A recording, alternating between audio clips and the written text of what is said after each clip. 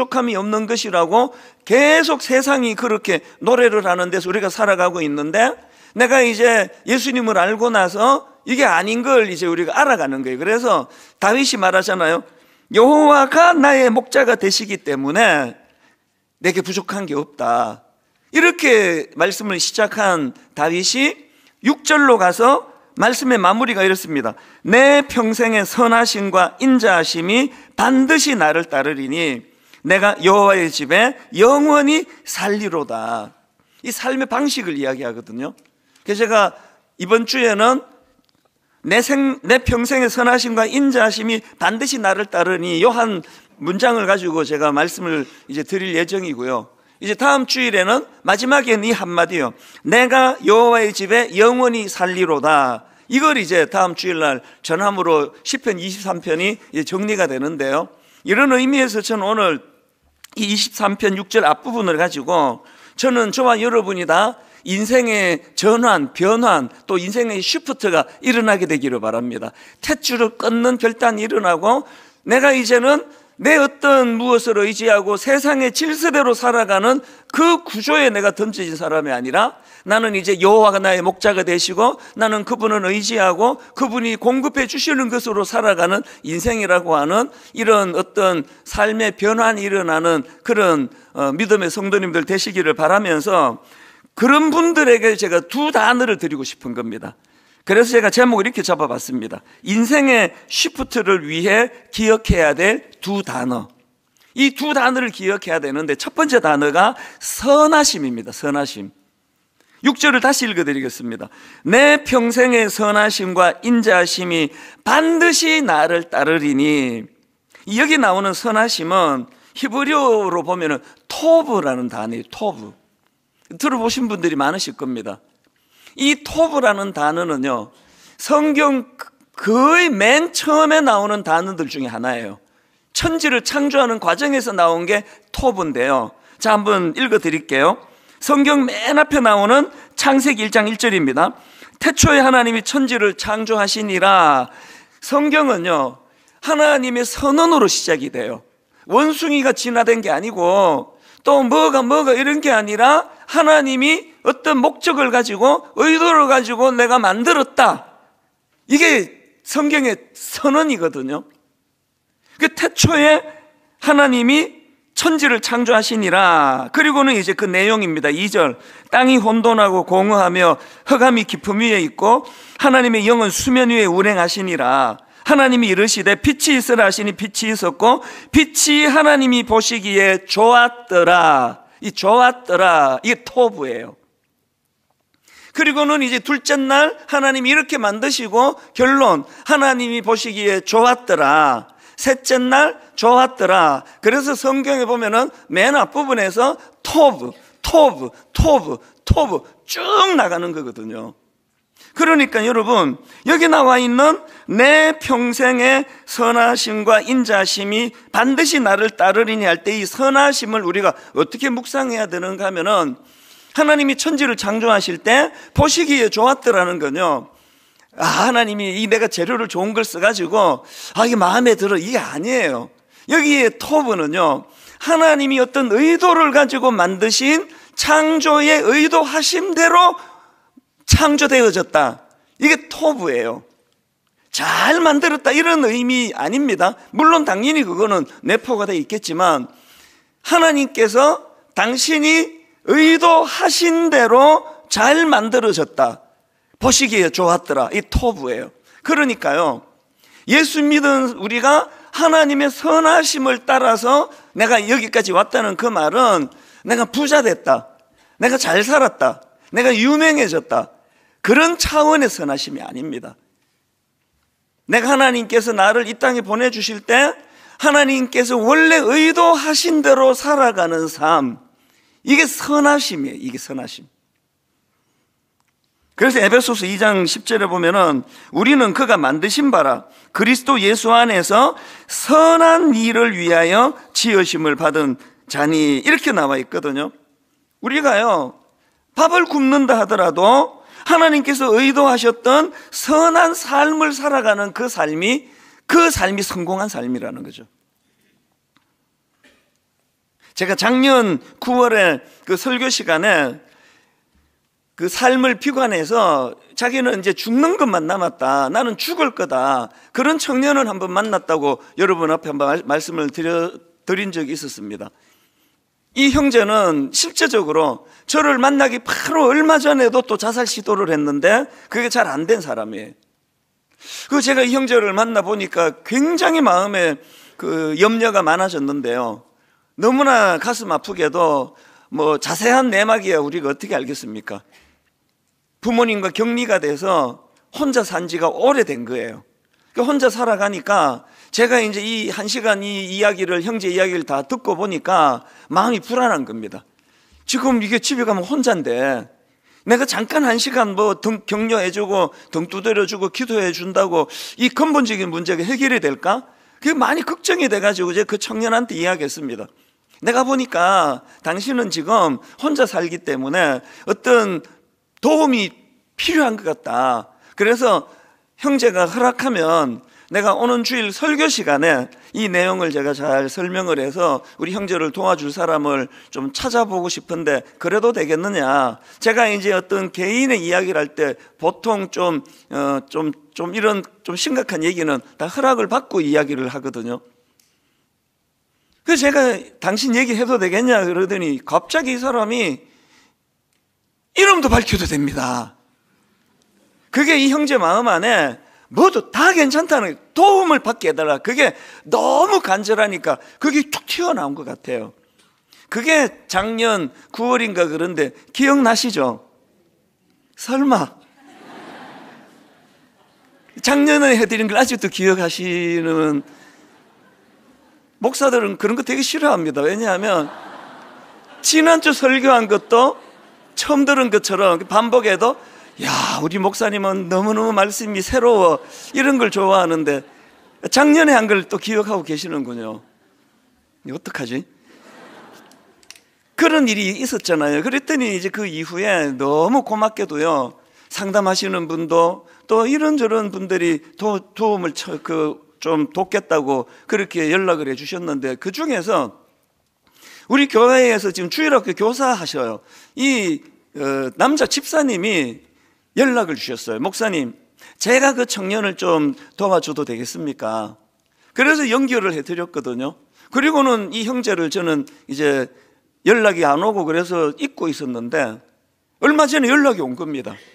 솔직히 말씀드리면 불안했어요. 무소식 이소식이거든요.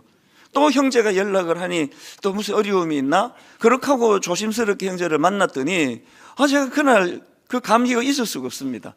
완전히 달라진 청년이 하나 앉아 있더라고요. 처음에는 제가 몰랐습니다. 못 알아봤어요.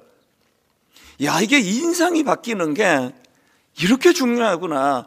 제가 처음 만났을 때는요, 너무 어둡고 우울하고 그리고 기운이 없어가지고 목소리도 다 죽어가는 소리로 그렇게 이야기를 했는데 너무나 밝은 표정으로 그렇게 참 인상도 좋은 형제예요. 그 형제가 그렇게 너무나 밝아진 표정으로 이야기를 하니까요, 그건 너무 기뻤습니다. 그래서 이게 뭐 좋은 일이 있구나. 그 얘기를 들어보니까요, 이제 이 형제가 제가 그 설교한 이후로 여러분들을 이제 기도해 주시는 분도 생기고 또 연결도 해드리고 그랬는데, 그 중에 이제 주일학교 교사 하시는 이 남자 집사님을 만났는데 이게 만남의 축복이 된 겁니다.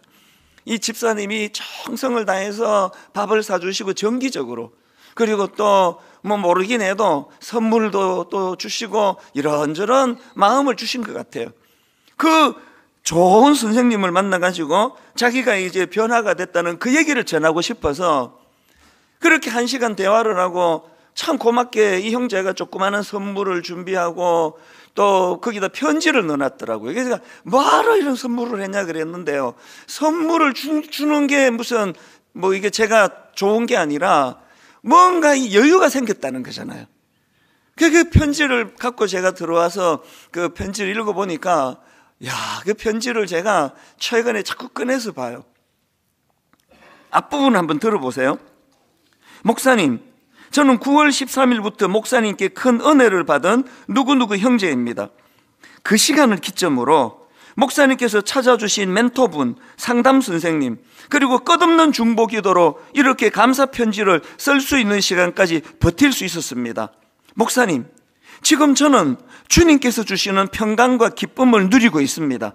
더 이상 내일이 오는 것이 두렵지 않습니다. 목사님과 만난 그 시간 이후로 많은 일들이 있었지만 제가 집착하던 세상이 주는 안정감과 의미를 내려놓자 아까 말씀드린 탯줄을 끊었다는 이야기예요. 이 형제에게 절망만 가져다주는, 낙심과 좌절만 가져다주는, 자살 충동으로 이끌고 가는 그 세상을 의지하던 그 탯줄을 끊었다는 그 얘기거든요. 제가 집착하던 세상이 주는 안정감과 의미를 내려놓자 세상이 달라졌다는 것을 꼭 말씀드리고 싶었습니다. 목사님, 저는 이제 드디어 주님이 자비하시고 정말 사랑의 하나님이심을 믿고 의지합니다.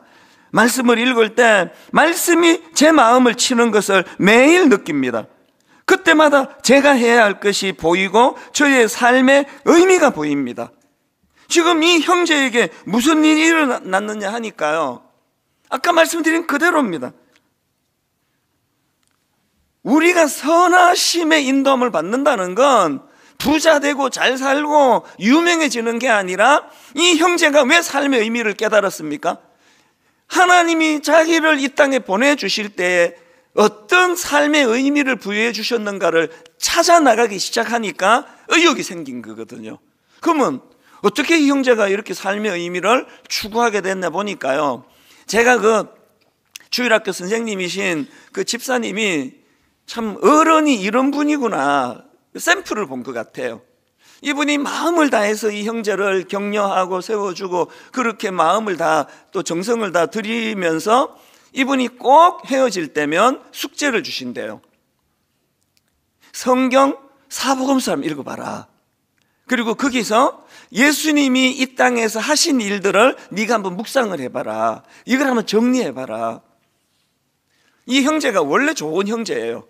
그래서 약속도 잘 지키는 사람이고, 더군다나 너무나 고마운 그런 어른이 찾아와 그런 은혜를 베풀어 주시니까 그렇게 한 거예요.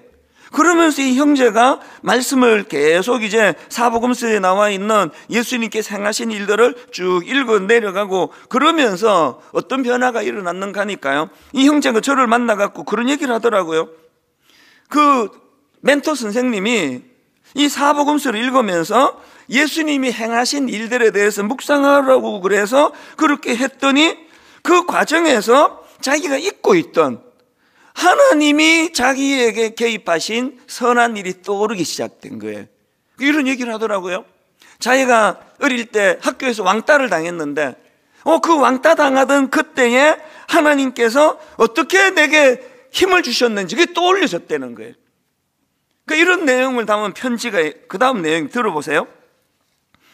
지난 과거가 고난뿐이었다고 생각했는데 그러다 보니 과거에 하나님께서 함께해 주신 것들에 대해 감사도 하지 않고 떠나버렸던 내 자신을 발견하게 되었습니다.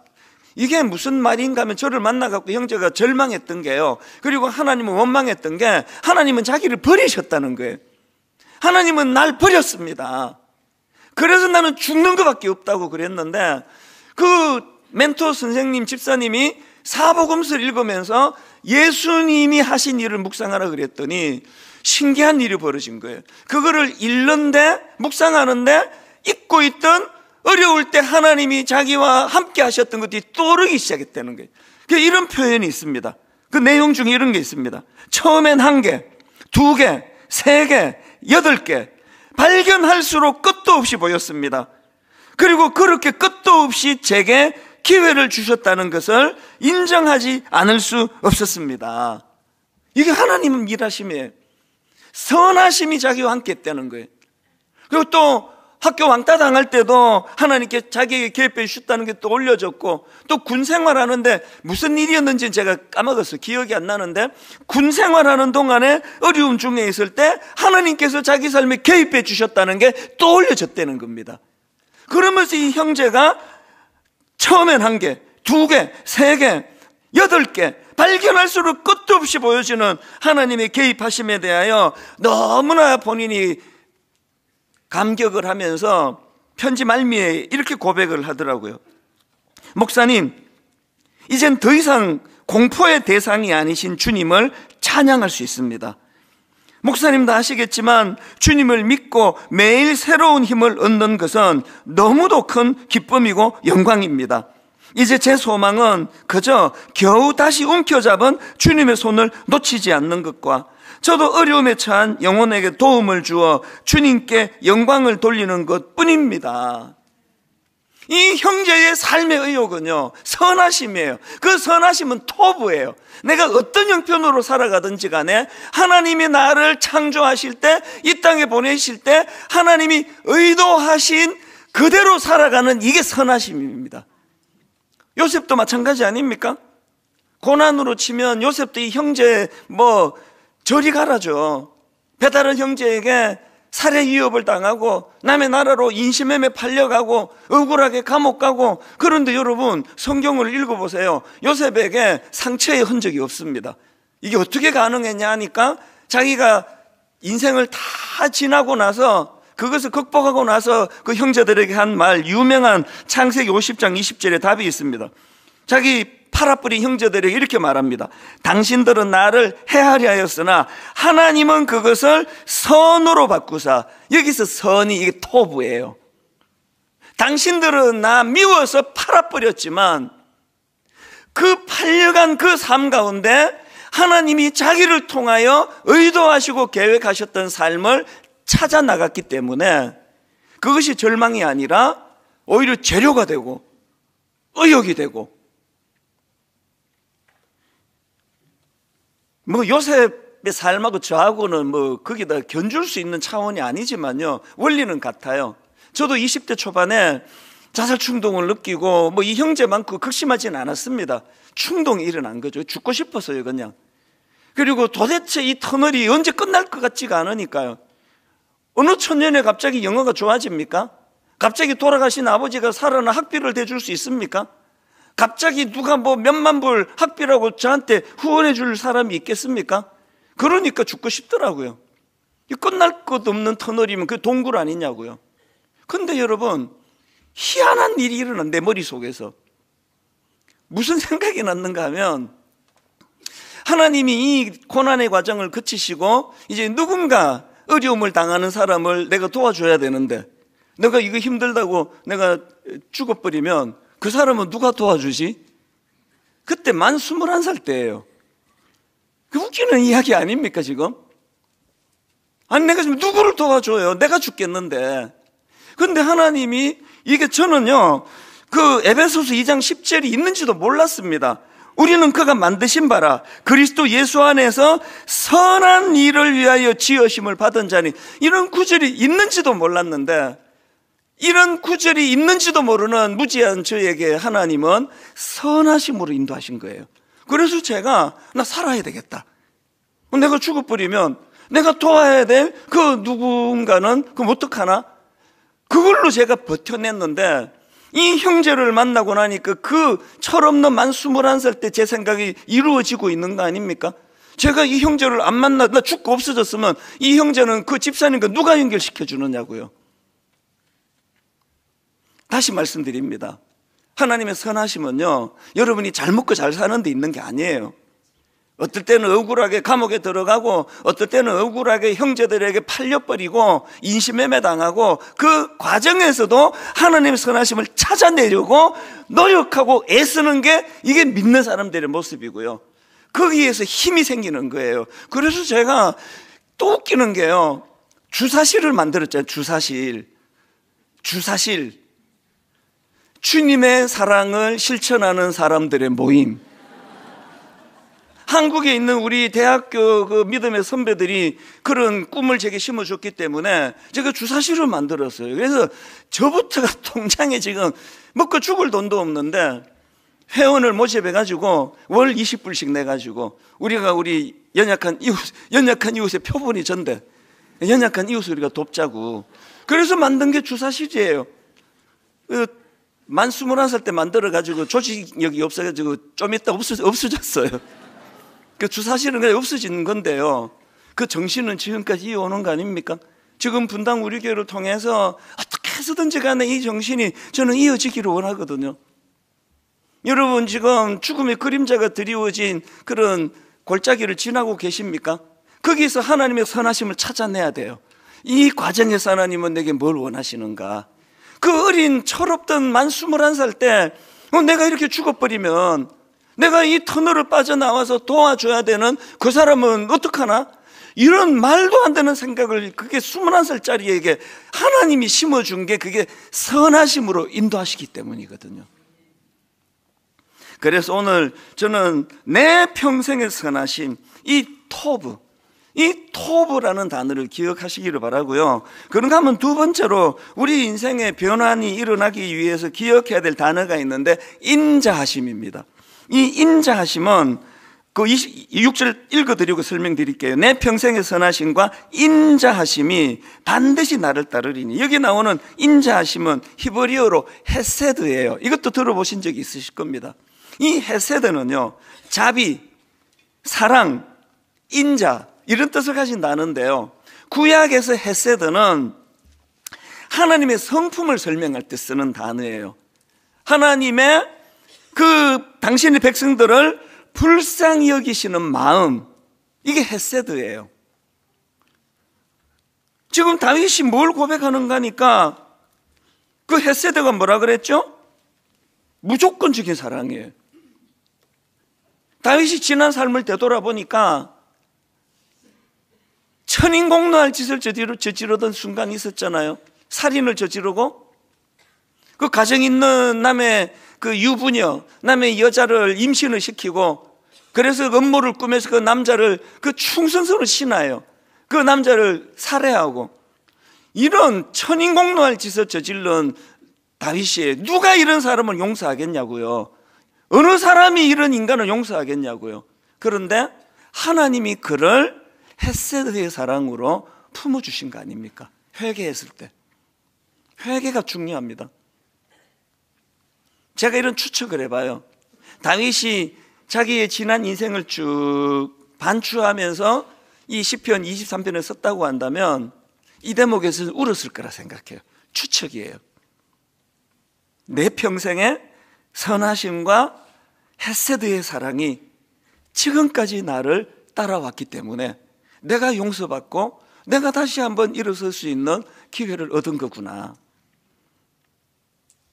제가 앞에서 소개해드린 그 책이요, 흔들림 없이 나아가는 삶의 태도, 이 책에 보면은 그 더 나은 사람으로서의 변환이 필요한데 이걸 방해하는 인간의 감정이 있대요.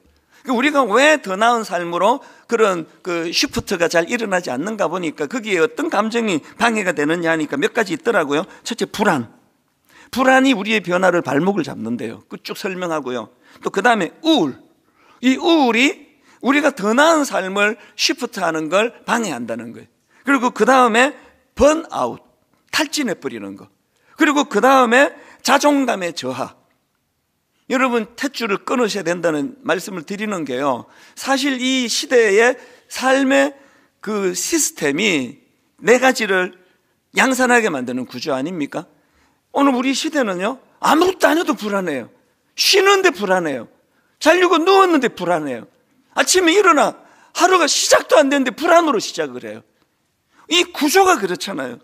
오늘 이 시대가 우울해요. 이 스마트폰 나오고 더 우울해요. 허구한 날 들여다보는 뉴스가 우리를 우울하게 만들잖아요. 분노를 유발하잖아요. 번아웃이에요. 그리고 이 시대가 우리를 자꾸 자존감을 꺾어버려요. 옛날에 그 뭐 스마트폰 이런 거 없을 때는요, 누가 뭐 얼마나 멋지게 잘 사는지 아무도 몰랐잖아요. 저는 가난한 동네 살았는데요, 뭐 온 세계가 다 가난하더라고. 태어나 보니까 그 동네만 그랬는데 유난히 나 뭐 온 세상이 다 이렇게 사는 줄 알았습니다. 맨날 연탄가스 마시고 뭐 그렇게 사는 줄 알았죠. 제가 사람 이름을 못 외워요. 연탄가스 하도 많이 마셔가지고 불평이 없었습니다. 그것 때문에 내 마음에 어려움이 없었습니다. 그런데 지금 이 스마트폰이 자꾸 우리 자존감을 꺾어버리잖아요. 뭐 나 잘났다는 사람 막 계속 거기에 올리고, 뭐 온 세계 돌아다니며 여행했다고 맛집에도 거기 올리고, 볼수록 우울해지는 거거든요. 여러분, 그 탯줄을 끊어야 돼요. 그런 걸로 사람을 평가하지 않는 하나님의 헤세드예요. 자격 없는 자에게 조건 없이 용서해 주시고 사랑해 주시는 그 헤세드, 이게 내 평생의 선하심과 인자하심이 반드시 나를 따르리니에요. 그런데 여러분이 헤세드와 관련해서 한 가지 기억하셔야 될 게 있습니다. 제가 아까 말씀드렸잖아요. 구약에서 이 헤세드는 하나님의 성품이에요. 그래서 하나님의 성품을 드러낼 때 헤세드라는 단어가 나오는데요, 이 단어가 인간들을 향해 쓰여질 때가 있습니다. 그 대표적인 게 미가서 6장 8절입니다. 사람아, 주께서 선한 것이 무엇임을 내게 보이셨나니 여호와께서 내게 구하시는 것은 오직 정의를 행하고 인자를 사랑함. 이 헤세드예요. 하나님이 요구하시는 게 헤세드예요. 아니, 헤세드는 하나님의 성품인데 이걸 우리에게 요구하세요. 인자를 사랑하며 겸손하게 너희 하나님과 함께 동행해야 될 게 아니냐, 이걸 요구하시거든요. 앞에서 제가 소개해드렸던 그 멘토 집사님, 그 청년이요, 저를 만났을 때 계속 이분을 호칭할 때 삼촌이라 그러는 거예요. 그 삼촌을 내가 만나가지고 또 그 삼촌이 내게 사복음서를 읽으라고 그렇게 하셔가지고 그게 내가 뭐 교정도 해줬어요. 그 멘토 집사님이 그랬다는 거지. 그러면 이 사람이 또 그 삼촌, 내 삼촌이 그렇게 했다고 이렇게 이야기를 하는 거예요. 그래서 제가 이런 생각을 했죠. 만약에 그 집사님이 자기가 아주 굉장히 가르치는 은사가 있어가지고요, 이 청년을 만나가지고 다짜고짜 이제 이거 펴봐라, 너 예수 믿는 애가 그 자살하면 돼, 안 돼? 자살하면 안 되지, 그런 생각하지 마, 이렇게 접근했다면은요 어땠을까요? 이 집사님은 이 형제에게 그렇게 다가가지 않았어요. 헤세드로 다가갔어요. 아무 이유 없이 처음 본 우리 청년한테 굉장히 맛있는 밥을 사주시고 모르긴 해도 선물도 주셨을 거예요. 어쩌면 용돈도 줬을지도 몰라요. 마음을 다하여 헤세드의 사랑을 이 형제에게 보여준 거예요. 그 사랑으로 사복음서를 읽어라라고 권면하니까 그게 능력이 되는 거 아닙니까? 오늘 저는 조건 없는 하나님의 사랑인 이 헤세드 많이 누리시기를 바랍니다. 그리고 그것을 우리도 베풀어야 한다는 주님의 말씀을 기억하셔야 돼요. 여러분 아시는 창세기 39장 5절 한번 보십시오. 그가 요셉에게 자기의 집과 그의 모든 소유물을 주관하게 한 때부터, 이거 잘 들어야 됩니다, 여호와께서 요셉을 위하여 그 요셉의 집에 복을 내리심으로, 이렇게 제가 읽으면 이거는 아직 탯줄을 못 끄는 세상의 시각이에요. 근데 성경의 하나님의 시각은 이렇습니다. 그가 요셉에게 자기의 집과 그의 모든 소유물을 주관하게 한 때부터, 그 다음 보세요, 여호와께서 요셉을 위하여 그 애굽 사람의 집에 복을 내리심으로. 여러분 남의 이야기니까 지금 뭐 맹숭맹숭 보고 있는데 이게 지금 여러분 일이라 생각해 보세요. 하나님이 저에게 예를 들어 제가 지금 102호에 산단 말이죠. 이 목사 목회하는데 수고해, 내가 너에게 복을 내리기 원하는데 너에게 내가 복을 내려 103호가 잘 되기를 원한다. 그러면 여러분 할렐루야 그러시겠습니까? 아니, 하나님 뭐 장난치십니까? 하나님은 여러분에게 내가 여러분에게 복을 내가 너에게 복을 내려 네 옆집 아줌마가 잘 되게 해줄게. 그러면 나 이런 하나님 나 못 믿겠다 그러실 것 같은데요. 그런데 여러분 이 성경의 원리예요. 제가 자주 하는 말 아시잖아요. 내가 21살 때 자살하지 않고 버텨내고 이긴 이 일이, 하나님 누군가에게는 이 일이 선물이 되기를 원합니다. 그냥 뭐 주일날 설교하고 신방 가고 뭐 이런다고 목사 역할을 다 하는 게 아니에요. 저는 우리 성도님들에게 정말 제 삶이 여러분에게 너무나 미비하고 작은 것이지만 선물을 제공하는 인생이 되기를 원하는 거거든요. 이게 헤세드의 정신이에요. 여러분 이 두 가지를 기억하셔야 됩니다. 첫 번째, 우리가 인생의 시프트, 인생의 변환이 필요한데 그 첫 번째 재료가 토부예요. 하나님이 나를 지으신 그 의미를 찾아 나가려고 어떤 죽음의 그림자가 드리워진 골짜기조차도 찾아낼 수 있습니다. 찾아낼 수 있더라고요. 그럼 두 번째 단어가 내 평생의 선하심과 인자하심, 헤세드예요. 헤세드. 그래서 여러분 먼저 우리가 무조건적인 사랑, 자격 없는 자에게 주시는 헤세드의 사랑을 많이 누리시고 그걸 흘려보내는 아름다운 인생이 되시기를 바랍니다. 특히 요즘은 나라를 위해서 헤세드의 사랑을 구해야 돼요. 제가 홈페이지에 이 나라를 위한 기도 제목들을 좀 올려드렸거든요. 여러분 그 내용을 잘 보시고, 원래는 프린트해서 바꿔드리려고 했어요.